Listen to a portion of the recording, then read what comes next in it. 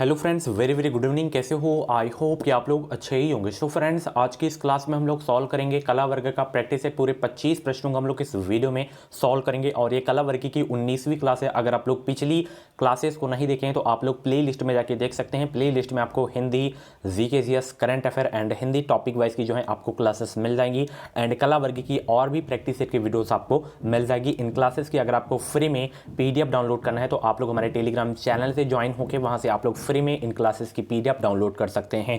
25 में से कम आपको 10 प्रश्न सही करना है और इस वीडियो में यह भी बात करेंगे कि बीएड का फॉर्म कब आएगा, क्योंकि हर क्लास में यही एक क्वेश्चन रहता है कि सर इसका फॉर्म कब आएगा, कब से इसका फॉर्म भरा जाएगा। तो अभी हम लोग इस वीडियो में बात करेंगे। तो चलिए कंटिन्यू करते हैं क्लास को। नीचे क्लासेस का टाइमिंग देख सकते हैं। सब्जेक्ट एबिलिटी वाली थोड़ा लेट क्लास होती है। लेट इसलिए होती है क्योंकि 5:45 पे नोटिफिकेशन सभी के पास नहीं पहुंच पाता है, तो इसी वजह से इसका जो टाइमिंग है मैं थोड़ा बढ़ा दिया हूँ। ये क्रैश कोर्स के लिए व्हाट्सएप नंबर है। डेली क्रैश कोर्स लोग परचेज कर रहे हैं और बेहतरीन तैयारी वो लोग करना स्टार्ट भी कर दिए हैं। इस क्रैश कोर्स में आपको सभी सब्जेक्ट के इंपॉर्टेंट क्वेश्चंस देखने को मिलेंगे। Hindi, GK, reasoning, subject ability. साथ ही इस क्रैश कोर्स में आपको 10 ईयर के प्रीवियस पेपर्स सोल्यूशन के साथ आपको देखने को मिलेंगे। ये क्रैश कोर्स सभी वर्गों के लिए है। 5000 से ज़्यादा आपको इसमें टॉपिक वाइज ऑब्जेक्टिव क्वेश्चन देखने को मिलेंगे। वीडियो को डिस्क्रिप्शन बॉक्स में लिंक दे दिया हूं। मात्र 149 रुपए में आपको बीएड का पूरा मटेरियल मिल रहा है, तो बहुत ही हेल्प करेगा। हमारा क्रैश कोर्स परचेज कर सकते हैं। आज की क्लास का सबसे पहला क्वेश्चन आपकी स्क्रीन पे आ गया है। जितने भी लोग क्लास को देख रहे हैं फटाफट वीडियो को लाइक कर देंगे। कोई व्यक्ति भारत के राष्ट्रपति के पद पर कितनी बार चुना जा सकता है? 1 बार, 2 बार, 3 बार, कोई सीमा नहीं है। 51 का जवाब देने का प्रयास करेंगे। कोई व्यक्ति भारत के राष्ट्रपति के पद पर कितनी बार चुना जा सकता है? Very very most important question आपके एग्जाम के लिए। तो भारत के राष्ट्रपति के पद पर कितनी बार चुना जा सकता है, इसकी कोई सीमा नहीं है। तो ऑप्शन इसका डी वाला बिल्कुल करेक्ट हो जाएगा। इंपॉर्टेंट क्वेश्चन है आपके एग्जाम के लिए। बीएड की पल पल की अपडेट पाने के लिए आप लोग हमारे चैनल से जुड़े रहें। चैनल को सब्सक्राइब करके बेल आइकन को ऑल पे प्रेस कर लीजिएगा। इस चैनल के माध्यम से आपको निश्चित ही मदद मिलेगी। भारत के राष्ट्रपति जो है बनने के लिए न्यूनतम आयु कितनी होनी चाहिए? 35 वर्ष होनी चाहिए। यह भी बहुत एग्जाम में पूछा जाता है। ओके, चलिए। 17 दिसंबर 1927 को जॉन सैंडर्स की किसने हत्या कर दी थी? यह भी बहुत ही इंपॉर्टेंट क्वेश्चन है आपके एग्जाम के लिए। भगत सिंह या मंगल पांडे या सुखदेव या विपिन चंद्र पाल सिंह? सभी लोग जवाब देने का प्रयास करेंगे। 17 दिसंबर 1927 को जॉन सैंडर्स की जो है हत्या किसने कर दी थी? Very very most important question है आपके एग्जाम के लिए। तो 17 दिसंबर 1927 को भगत सिंह ने जो है जॉन सैंडर्स की हत्या कर दी थी। ऑप्शन इसका ए वाला बिल्कुल करेक्ट हो जाएगा। अगला प्रश्न यहाँ पे देख सकते हैं। सरदार वल्लभ भाई पटेल किसके अग्रणी थे, ये आपको बताना है। भूदान आंदोलन के या रॉलेट सत्याग्रह के या बारडोली सत्याग्रह के या स्वदेशी आंदोलन के? 53 का जवाब देने का प्रयास करेंगे। सरदार वल्लभ भाई पटेल किसके अग्रणी थे? तो बारडोली सत्याग्रह के अग्रणी थे सरदार वल्लभ भाई पटेल। ऑप्शन इसका सी वाला बिल्कुल करेक्ट हो जाएगा। इंपॉर्टेंट क्वेश्चन है आपके एग्जाम के लिए। चलिए अगला प्रश्न देखते हैं। किस प्रकार के वन मुख्यतः शैवालों तथा काई से बने होते हैं? सभी लोग जवाब देने का प्रयास करेंगे। किस प्रकार के वन जो है मुख्यतः शैवालों तथा काई से बने होते हैं? टाइगा वन या टुंड्रा वन या समशीतोष्ण वन या उष्णकटिबंधीय सदाबहार? 54 का जवाब देने का प्रयास करेंगे। तो टुंड्रा वन जो है मुख्यतः शैवालों तथा काई से बने होते हैं। तो ऑप्शन इसका बी वाला बिल्कुल करेक्ट हो जाएगा। टुंड्रा वह क्षेत्र होता है जहां अत्यंत ठंडी जलवायु, कम जैव विविधता, वृद्धि का कम समय पाया जाता है, वहां जो है बोल सकते हैं कि टुंड्रा वन कहा जाता है उसे। ओके, ऑप्शन इसका बी वाला बिल्कुल करेक्ट हो जाएगा। अगला प्रश्न, निम्नलिखित में से किसका दैनिक तापमान में अंतर सर्वाधिक होता है?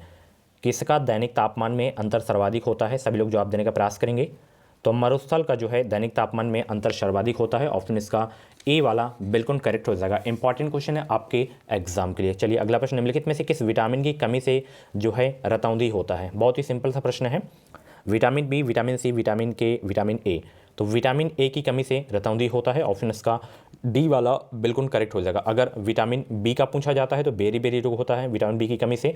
विटामिन सी की कमी से पूछे तो स्कर्वी रोग होता है। विटामिन के की कमी से पूछे कौन सा रोग होता है? तो रक्त का थक्का न जमना। ठीक है, तीनों चारों मैं आपको बता दिया हूँ। चलिए अगला प्रश्न देखते हैं।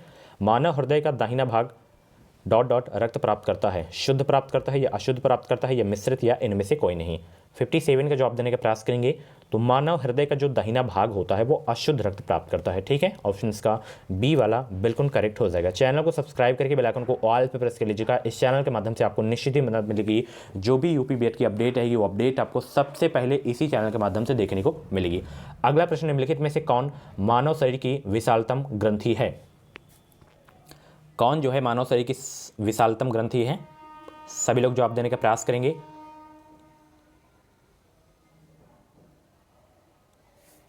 सभी लोग जवाब देने का प्रयास करेंगे। तो मानव शरीर की जो सबसे विशालतम ग्रंथि है वो है यकृत।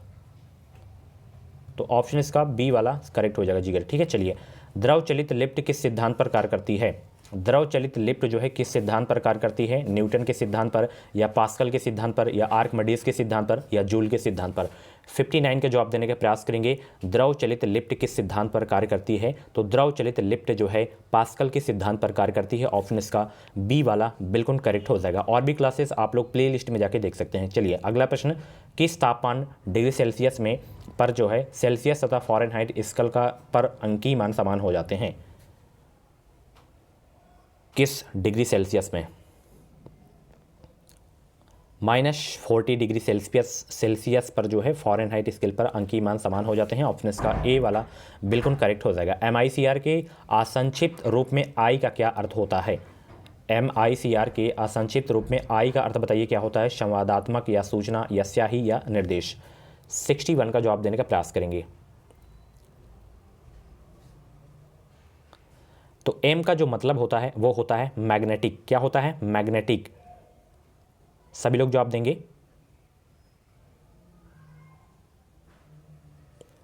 तो इसमें आई का जो मतलब होगा इंक होगा। क्या हो जाएगा? इंक। इंक मीन्स स्याही। ऑप्शन इसका सी वाला बिल्कुल करेक्ट हो जाएगा। ओके, चलिए अगला प्रश्न देखते हैं। अगला प्रश्न आपकी स्क्रीन पे आ गया है। अपक्षपात वक्र क्या दर्शाता है? आय तथा पूंजी का स्तर, दो वस्तुओं से प्राप्त संतुष्टि, दो व्यापारों से प्राप्त आय, व्यय तथा बचत का संबंध। अपक्षपात वक्र क्या दर्शाता है? तो यह दर्शाता है दो वस्तुओं से प्राप्त संतुष्टि को। ऑप्शन इसका बी वाला बिल्कुल करेक्ट हो जाएगा। अगला प्रश्न देखिए, निम्नलिखित का मिलान कीजिए। यहाँ पे खिलाड़ी के नाम दिए गए हैं और यहाँ पे खेल के नाम दिए गए हैं, तो इसमें आपको मिलान करना है। चलिए, बहुत ही सिंपल सा प्रश्न है।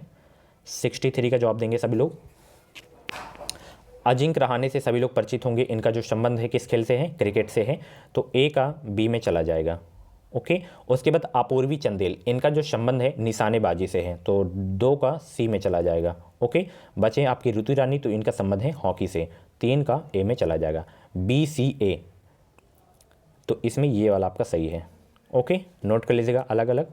चलिए अगला प्रश्न, भारतीय संविधान में न्यायिक पुनर्वलोकन का प्रावधान किस देश के संविधान से लिया गया है?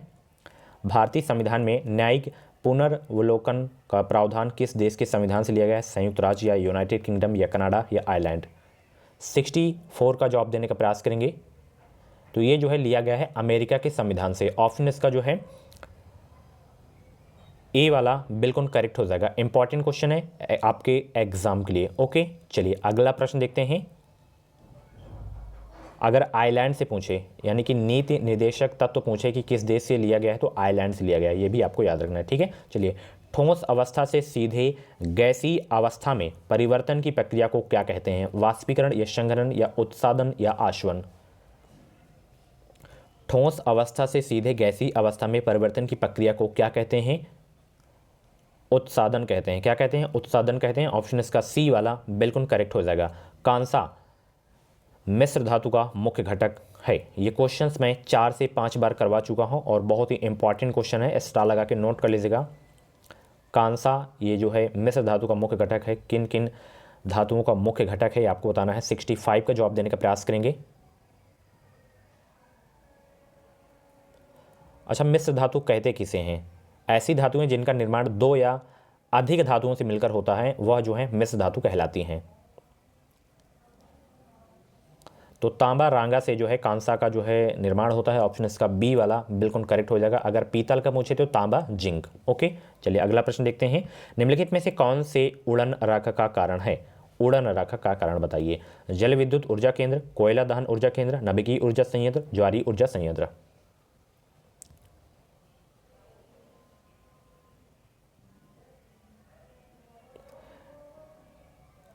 उड़न राख का कारण है कोयला दहन ऊर्जा केंद्र। ऑप्शन इसका बी वाला बिल्कुल करेक्ट हो जाएगा। जितने भी लोग क्लास को देख रहे हैं फटाफट वीडियो को लाइक कर देंगे। अगला प्रश्न आपकी स्क्रीन पे आ गया है, राज्य में शिशु मृत्यु दर में कमी लाने के लिए दुलारी कन्या योजना जो है किस राज्य ने शुरू की है? अरुणाचल प्रदेश या राजस्थान या उत्तर प्रदेश या मध्य प्रदेश? 68 का जवाब देने का प्रयास करेंगे। राज्य में शिशु मृत्यु दर में कमी लाने के लिए दुलारी कन्या योजना किस राज्य ने शुरू किया है? तो ये जो है शुरू किया गया है अरुणाचल प्रदेश के द्वारा। ऑप्शन इसका ए वाला बिल्कुल करेक्ट हो जाएगा। अरुणाचल प्रदेश की राजधानी क्या है? ईटानगर। राजस्थान की जयपुर। जयपुर को पिंक सिटी यानी कि गुलाबी शहर के नाम से जाना जाता है। उत्तर प्रदेश की राजधानी लखनऊ। लखनऊ किस नदी के किनारे बसा हुआ है? तो गोमती नदी के किनारे। मध्य प्रदेश की राजधानी है भोपाल। ओके, चलिए अगला प्रश्न देखते हैं।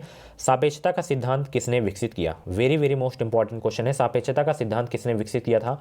Isaac Newton, Charles Darwin, Marie Curie, Albert Einstein. सापेक्षता का सिद्धांत किसने विकसित किया था? कुछ डाउट्स हैं बीएड से संबंधित तो आप लोग कमेंट बॉक्स में अपना डाउट क्लियर कर सकते हैं। और इसका जो फॉर्म है वो फरवरी के फर्स्ट वीक में ही देखने को मिलेगा, क्योंकि अभी 2021 का ही मैटर चल रहा है। तो जैसे ही उसमें जो है फीस वगैरह का जो लफड़ा है वो क्लियर हो जाता है तो इसका नोटिफिकेशन आपको जो है देखने को मिल जाएगा। तो सापेक्षता का जो सिद्धांत है विकसित किया गया था अल्बर्ट आइंस्टीन के द्वारा। ऑप्शन इसका डी वाला बिल्कुल करेक्ट हो जाएगा। ठीक है, चलिए क्वींसबरी नियम एक नियम संग्रह है जो निम्नलिखित में से किस खेल पर सीधा प्रभाव डालता है? टेनिस, मुक्केबाजी, पोलो, बिलियर्ड्स। किस खेल पर प्रभाव डालता है क्वींसबरी नियम? तो ये प्रभाव डालता है मुक्केबाजी पर, मुक्केबाजी खेल पर। ऑप्शन इसका बी वाला बिल्कुल करेक्ट हो जाएगा। चलिए अगला प्रश्न देखते हैं। निम्नलिखित में से कौन एक विशिष्ट चित्रकार हैं? उदय शंकर, सोनाल मानसिंह, अमृता शेरगिल, यामिनी कृष्णमूर्ति। एक विशिष्ट चित्रकार कौन है इसमें? 71 का जवाब देने का प्रयास करेंगे।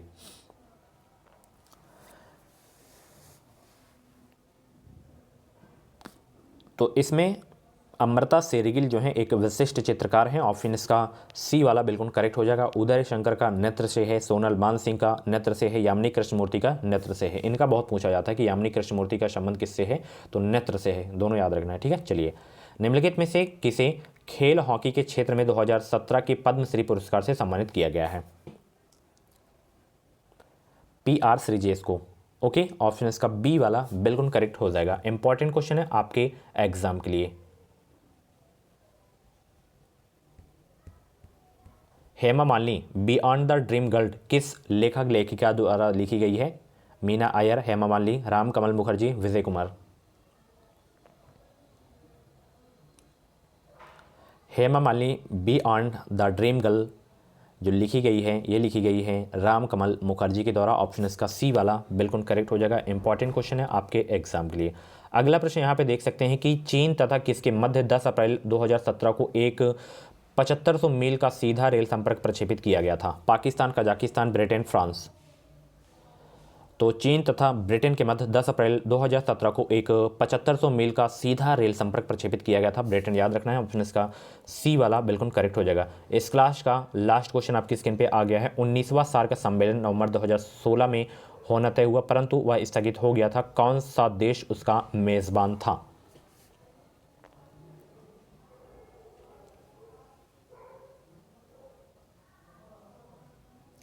तो वो था पाकिस्तान। ऑप्शन इसका जो है डी वाला बिल्कुल करेक्ट हो जाएगा। सार्क की स्थापना कब हुई थी?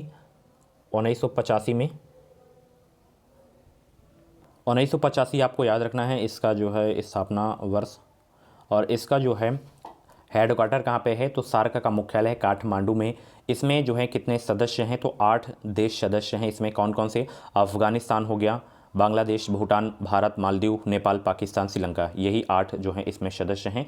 8 याद रखना है। ठीक है, सो फ्रेंड्स ये थे कला वर्ग के टॉप 25 क्वेश्चंस। इन 25 क्वेश्चंस में से आपके जितने भी क्वेश्चंस करेक्ट हुए हों तो आप लोग अपना नाम और स्कोर कमेंट बॉक्स में ज़रूर बताइएगा। ऐसी क्लासेस देखने के लिए आप लोग हमारे चैनल से जुड़े रहें। चैनल को सब्सक्राइब करके बेल आइकन को ऑल पे प्रेस कर लीजिएगा। कुछ डाउट्स हैं तो कमेंट बॉक्स में अपना डाउट क्लियर कर सकते हैं। मिलते हैं अगली क्लास पे, तब तक लिए thank you, bye bye, take care.